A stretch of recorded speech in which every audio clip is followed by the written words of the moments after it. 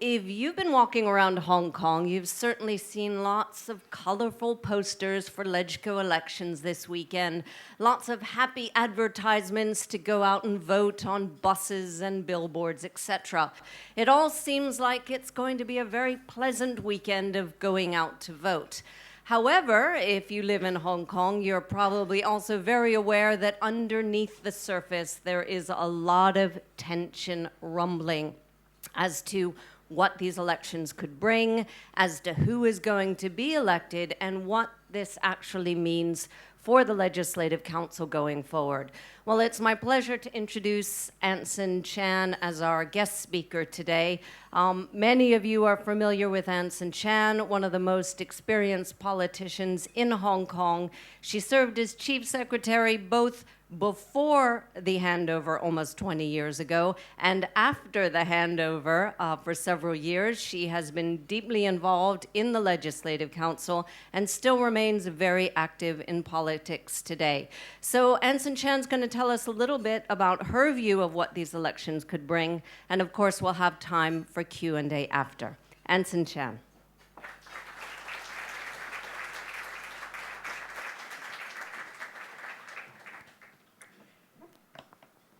Good afternoon, ladies and gentlemen.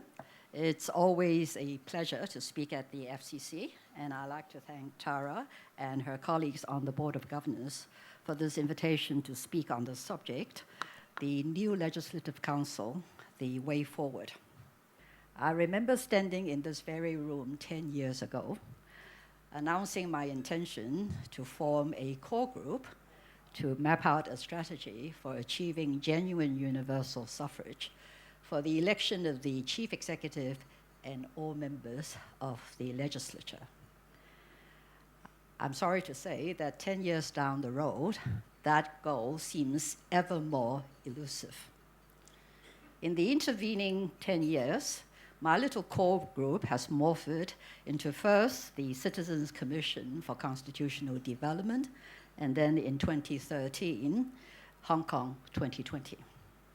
Well, our names may have changed, but we remain just as determined as ever to achieve a system of governance that is based on fair and equal suffrage. As Hong Kong voters prepare to go to the polls in 4 days' time, the stakes, I think, have arguably never been higher. In the 4 years since the last Legislative Council elections, our way of life, the supposedly protected under the mantra of one country, two systems, has faced unprecedented challenges in the form of a systematic undermining of our core values and freedoms. I think I need hardly rehearse to this audience the force of the assault on freedom of the press. Outspoken political commentators arbitrarily sacked, journalists of conscience viciously attacked in the streets, Hong Kong publishers of books that displeased the Communist Party leadership abducted and detained on the mainland without satisfactory explanation and in flagrant breach of the Basic Law. Not surprisingly, Hong Kong's rating in the World Press Freedom Index, published annually by Reporters Without Borders, has fallen steadily from number 18 in 2002 to 69 in 2016. The autonomy of our oldest and most prestigious academic institution, the University of Hong Kong, is under threat, with grave implications for academic freedom in all our universities. In response to the emergence of a local pro-independence movement, our chief executive has pronounced that freedoms of thought and expression do not apply in our schools. Teachers who encourage or even just permit students to express an opinion on the topic have been told they run the risk of being deregistered and losing their job. Not so long ago, it would have been unthinkable that our head of government would actually tell us what we and our children are allowed to talk about. It would have been unthinkable for the operations of our police force, ICAC, and even the Department of Justice to become so blatantly politicized. These institutions are the bastions of our civil liberties and precious equality before the law. The really scary thing is that these developments are now coming so thick and fast, they no longer even seem to cause surprise. If we, as a community, start to regard as normal downright dishonesty and lack of accountability on the part of government officials, and increasingly shameless contempt for values that we used to hold sacred, then I suggest we are in real danger. We must not become accustomed to a new normal. We must not lose our sense of outrage at the progressive erosion of the rights and freedoms guaranteed us under the Basic Law and the International Convention on Civil and Political Rights that applies to Hong Kong. I used to believe in the dictum that people get the government they deserve, but no longer. Hong Kong people certainly deserve better than the current quality of governance. The problem is that in the absence of full universal suffrage and the ability to vote out officials who are incompetent or abuse their powers, there are very few direct actions we can take to bring about change.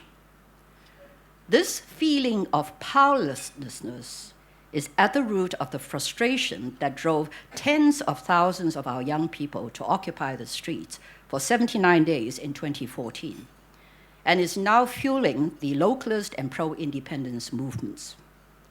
The more the Hong Kong and central governments try to stamp on what are very legitimate grievances, the more these groups will proliferate, gain momentum, and sadly threaten more extreme measures to achieve their goals.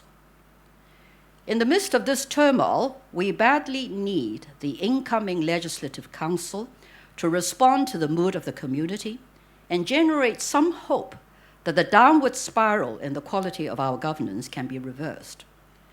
Things have not got off to a good start. As Philip Baring observed in his article of 20th of August in the Asia Sentinel, and I quote, "Instead of looking into a future of a more democratic system, citizens are witnessing strong-arm tactics to limit participation.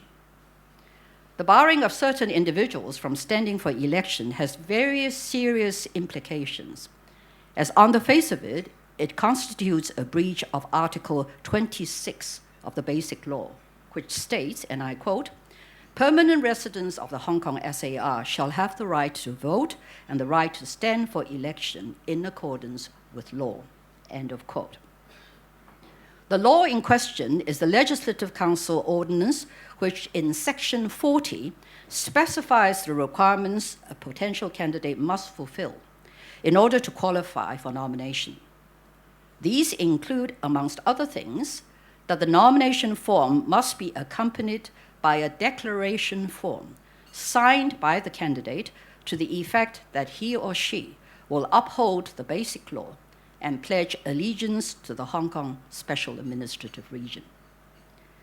The legal basis for imposing an additional requirement to submit a supplementary form confirming specific understandings as to Hong Kong's status as an inalienable part of China is dubious at best and likely to be the subject of legal challenge. The fact that some who refused to sign the supplementary confirmation form were still allowed to go forward to stand for election, whilst others were not, suggests that the entire process has been arbitrary and politically biased.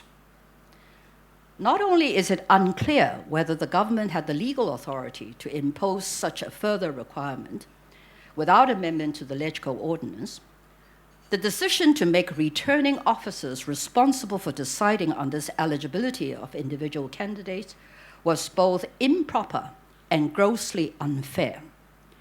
Returning officers are civil servants. Their job is to administer the law, not make it up as they go along. Specifically, it is not their job, nor are they legally empowered to exercise subjective judgment as to the bona fides of individual candidates. This is an inherent part of the electoral process for the voters and the courts to decide. Despite the exclusion of 6 potential nominees, voters will still face a potentially bewildering choice of candidates. No fewer than 22 lists are competing for just 9 seats in the New Territories East constituency, 20 lists for 9 seats in New Territories West, 12 for 5 seats in Kowloon East, and 15 each for the 6 seats in Hong Kong Island and 6 in Kowloon West.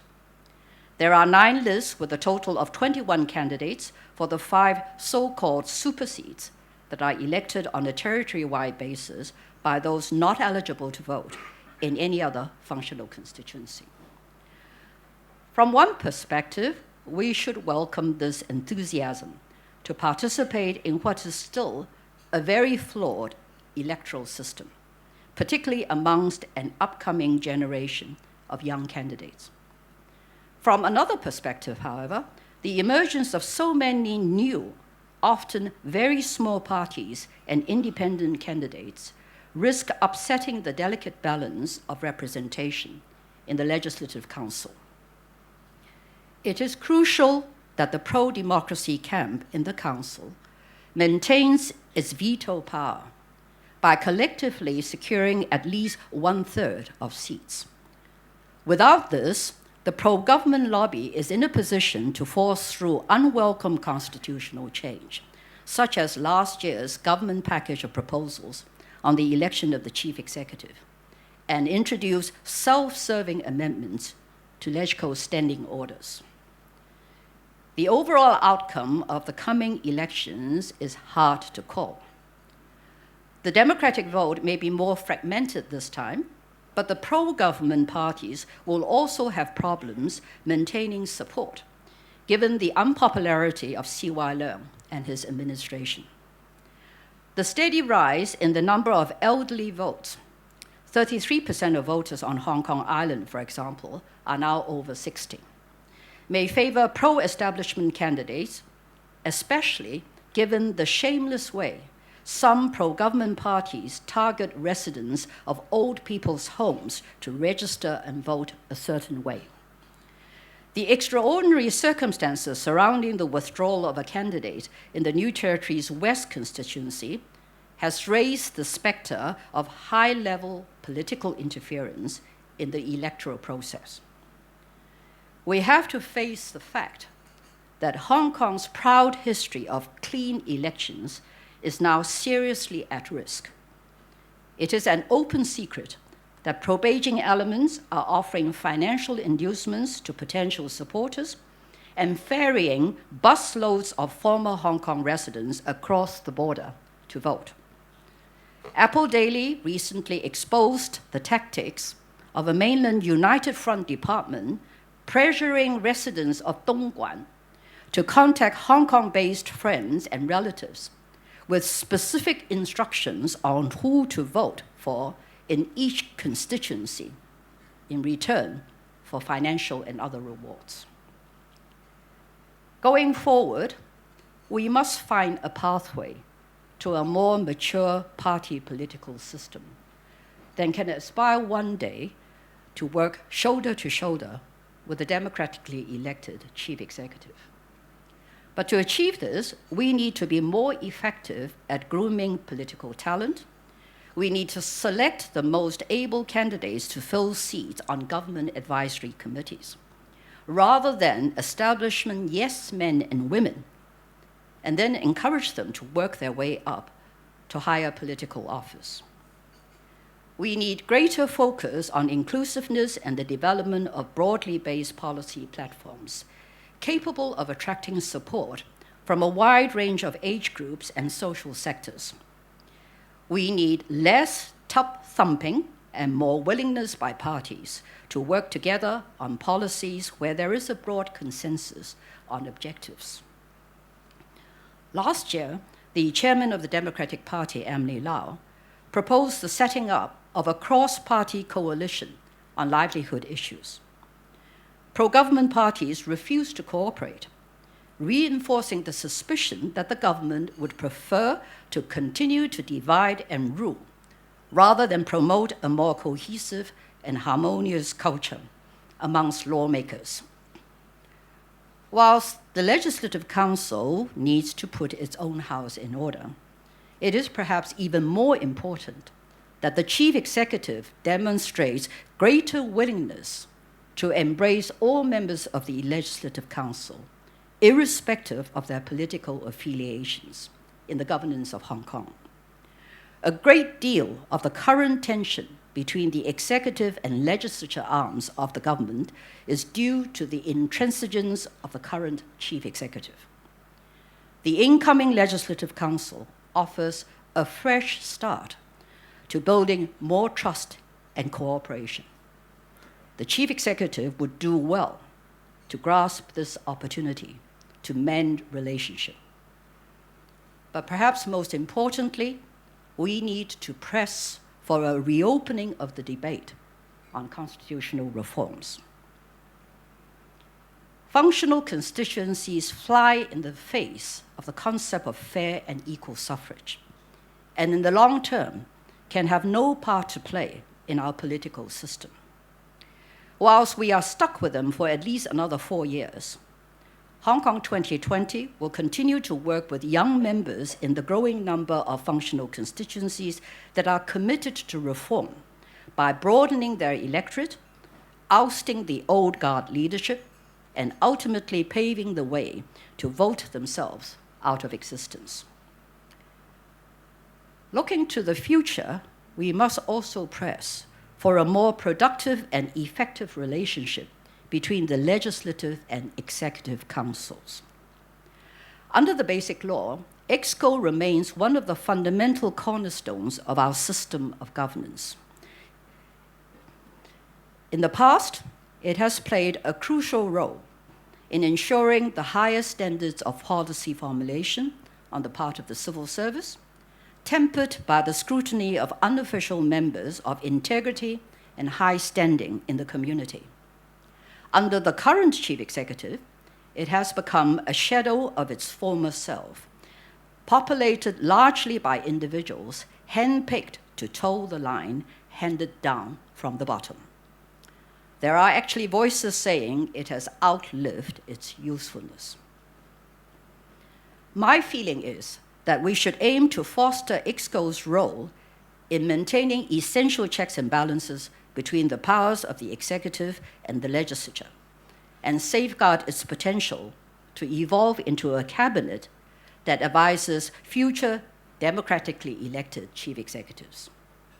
In times past, the office of members of the executive and legislative councils, known as OMELCO for short, helped to promote closer relationships between the non-official members of the two councils. It was abolished in 1985. I believe that EXCO members should consider themselves every bit as accountable to the community as other members of the executive. But these days, you hardly ever see an EXCO member in front of the cameras defending the government's policy decisions. Arrangements should be put in place for them to meet regularly with Legco representatives to solicit and listen to views on important policy issues. In this way, perhaps it may be possible to avoid the sort of deadlock that has plagued Legco proceedings on controversial issues, and hopefully lead to greater mutual understanding of the role and responsibilities of the two councils.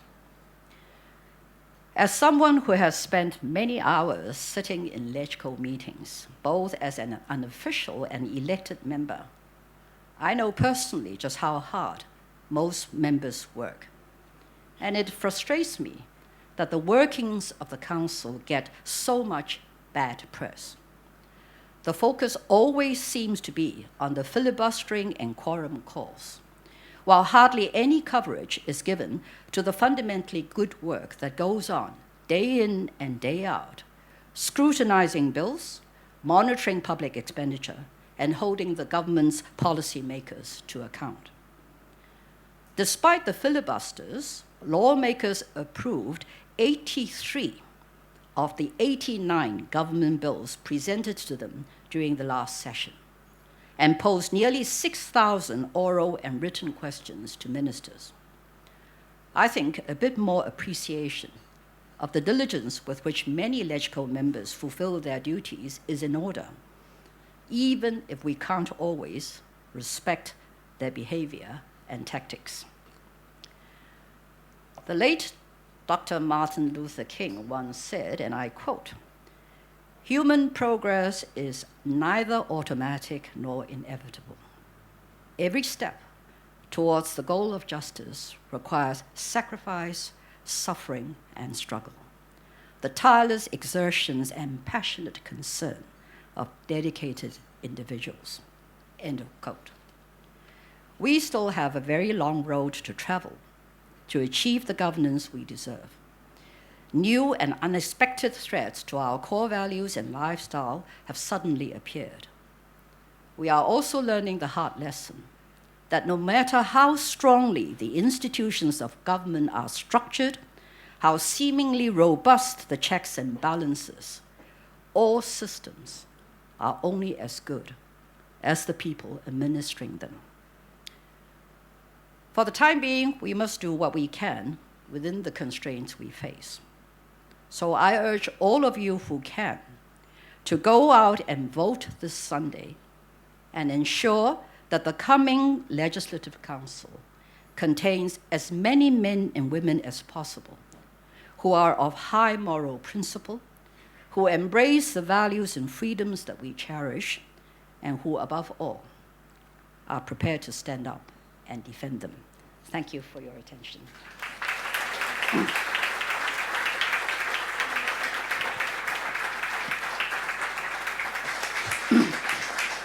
Yes, what is your take on the independence movement in Hong Kong, and do you support it? I don't support independence because it's not a viable option, and we all know the reasons why. But I want to, explain a bit what has led to this current agitation for independence. 4 years ago, before the current chief executive's tenure of office, no one spoke about independence. So you have to ask yourself, what are the factors that have led to this increasing clamor for independence? I referred in my presentation to the fundamental reason, and that is that it's grown out of a sense of futility, frustration, and disaffection with a government that doesn't listen, a government that is not on our side, that doesn't share our core values, much less help us to defend one country, two systems. Young people are growing up facing a very bleak future. And it's not just the lack of progress on universal suffrage. It is a whole host of social and economic problems. The fact that competition is getting keener, jobs are getting fewer, forget about the possibility of ever being able to buy your own property because prices are sky high. Right, you can say that these problems are not unique to Hong Kong. But I dare say that very few countries' young people have a combination of the social and economic woes coupled with a steady erosion of our core values and our lifestyle. Beijing has to realize that whilst we may all be yellow-skinned and Chinese, the Chinese in Hong Kong have been brought up with a very different set of values and culture. And it's not just our freedoms and the rule of law. It's also part of our collective memory. Like, for example, why has the government suddenly decided that our red post boxes with the royal insignia is no longer politically correct and has to be covered up? This is part of Hong Kong's collective memory. And it's things like these that add to the frustration on the part of young people. They don't want mainland culture and values to creep into Hence, this talk about independence. Now, the way the government should approach this, instead of using a sledgehammer, is to allow teachers and parents to examine the pros and cons and allow the subject to be discussed openly. Finally, I think there are very few people in Hong Kong who's actually pressing for independence. It almost leads me to believe that the chief executive has a hidden agenda. And his hidden agenda seems to be this, rather confirmed by, I think, an article in today's Singbo, which is known to be very, very pro-Beijing, laying every one of Hong Kong's woes at the door of the chief executive, and suggesting that the chief executive's hidden agenda is to create such havoc in Hong Kong that he has more reason to persuade Beijing that a strong pair of hands are needed to keep Hong Kong in control.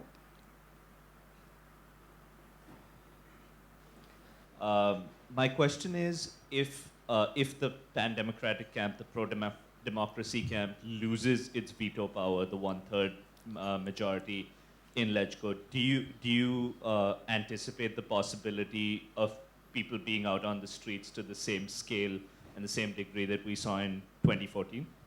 I think Hong Kong people will not give up, particularly if this government is bent on continuing to chip away at our core values, our lifestyle, the rule of law, and the basic rights and freedoms that are, after all, supposed to be guaranteed under the basic law.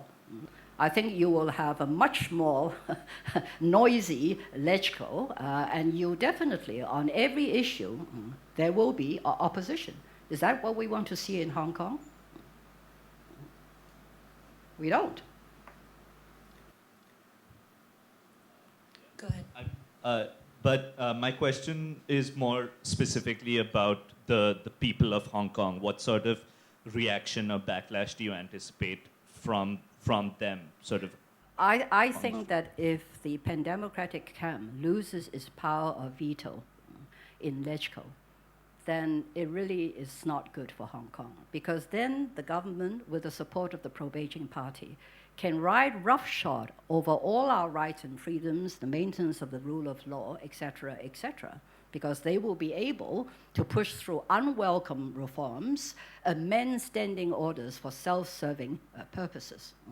And this, ultimately, the government may think, at long last, we have control in Legco, but it will only deepen the sense of anger, frustration, and disaffection with the government. And then you may face the prospect of even more serious commotion and all sorts of actions in our streets and in our legislature, because there will still, thankfully, still be some pan-democratic members, and they're not going to take this lying down, nor will we want them to.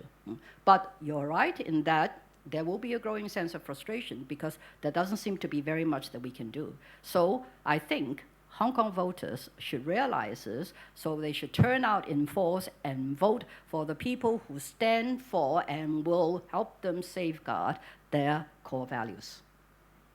Just following up on that, the umbrella movement was about 2 years ago. Do you think that was a one-off, or is there enough energy, organization, will for the pro-democracy camps to really come back to the streets, if that's what I believe the latter. Some people dismiss the umbrella movement as a failure because the people involved in it failed to achieve genuine universal suffrage. I don't see it that way. I think, if nothing else, the whole umbrella movement, the fact that it lasted for 79 days and on the whole was largely, peaceful, has definitely raised political awareness, particularly on the part of our younger generation.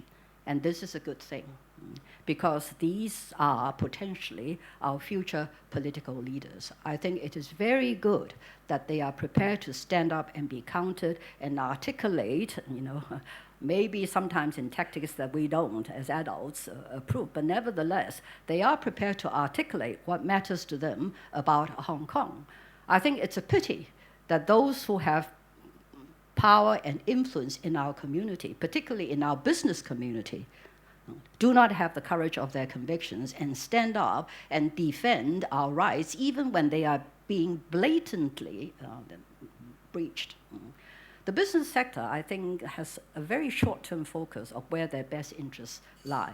And at the moment, the prevailing view seems to be that their best interests lie in getting on the good side of China. I don't think so, because when your own values are starting to be, picked apart, particularly with the book publishers' saga, business people should realize that it's not just confined to political considerations, that one of these days, if you get into a business dispute with somebody from the mainland or with the authorities, you can easily just be made to disappear.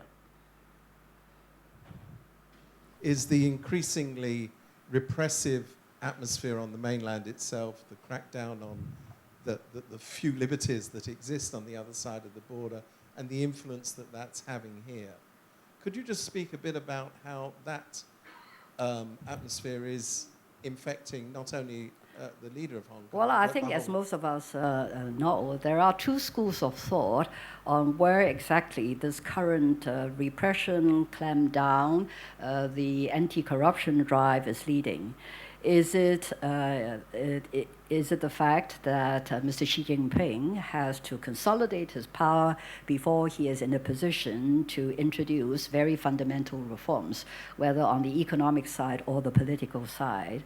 Or the other school of thought is Mr. Xi Jinping is not fundamentally at heart a reformist. I think the jury is still out on that. We hope, of course, that it is the former. Okay, but I do not think it augurs well for maintaining Hong Kong's one country, two systems. But from time to time, you also get vibes, and I think there's some evidence of this. In contrast to CY Leung ratcheting up the decibel, you actually get some of the leaders coming down from Beijing trying to lower the tone. You look at Jiang Dejiang when he last visited. He didn't make too much of a hoo-ha about the localist movement, and I think he was deliberately bent on softening the tone. So maybe that suggests, as I've always believed, there are the hardliners in Beijing who maybe currently have the ears of the leadership, but there are also moderate voices who can see why it is important for Hong Kong to remain distinct from the rest of China. And hopefully, maybe that voice will prevail. I think Beijing is waiting to see what happens with the September elections before they decide who to support or not support for the chief executive for the coming term. I certainly hope, and I remain hopeful. I cannot see that for a country, for my country, that it is a long-term viable option to continue to be repressive, to not allow basic freedoms for your citizens. China badly wants to be regarded as a fully fledged member of the international community. And I think the rest of the world should persuade China that to achieve that, China must embrace certain universal values, for example, respect for human dignity, basic rights and freedoms. Of course, China today, economically, is a powerhouse. But I think what defines a country's greatness at the end of the day is not military or economic might. It is the way that the government treats its ordinary citizens. So I continue to have hope for the way that my country will move forward, even though it may take, 1 generation, 2 generations.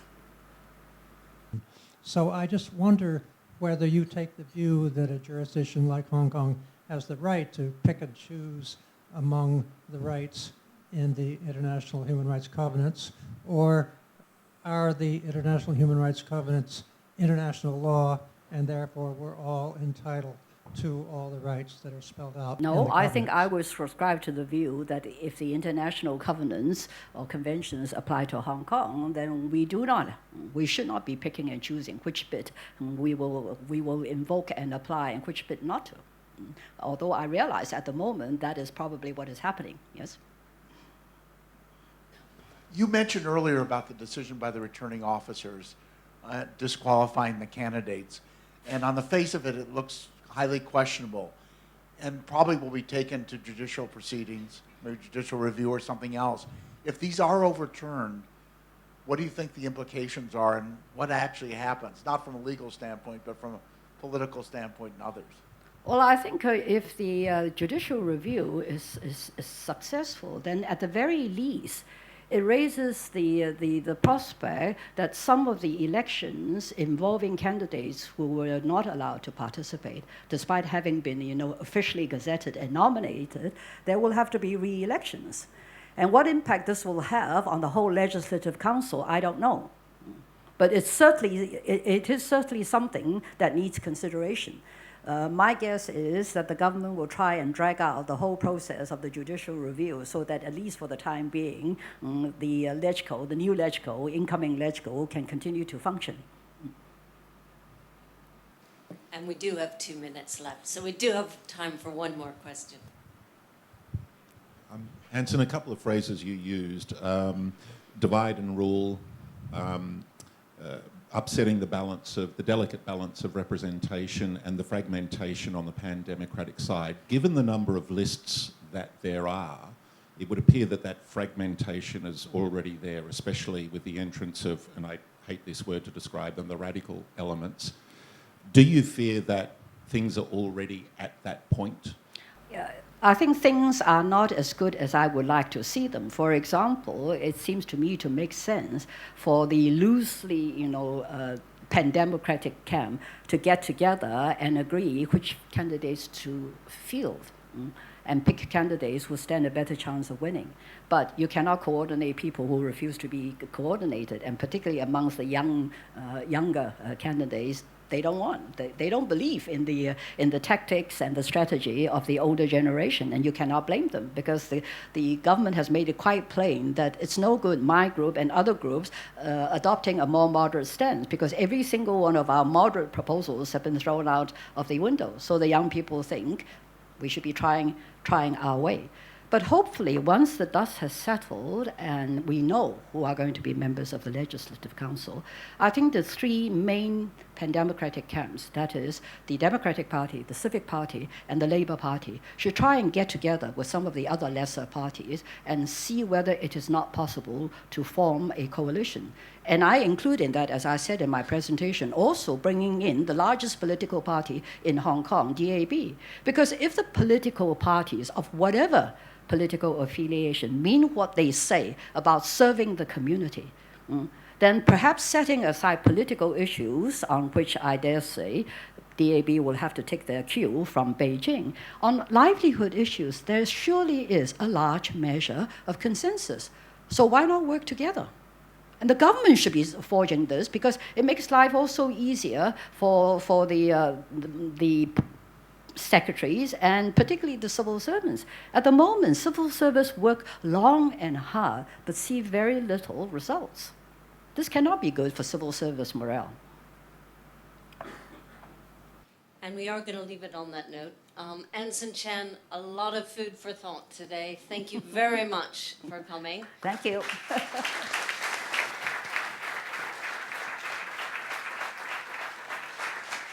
A small gift from the NCC.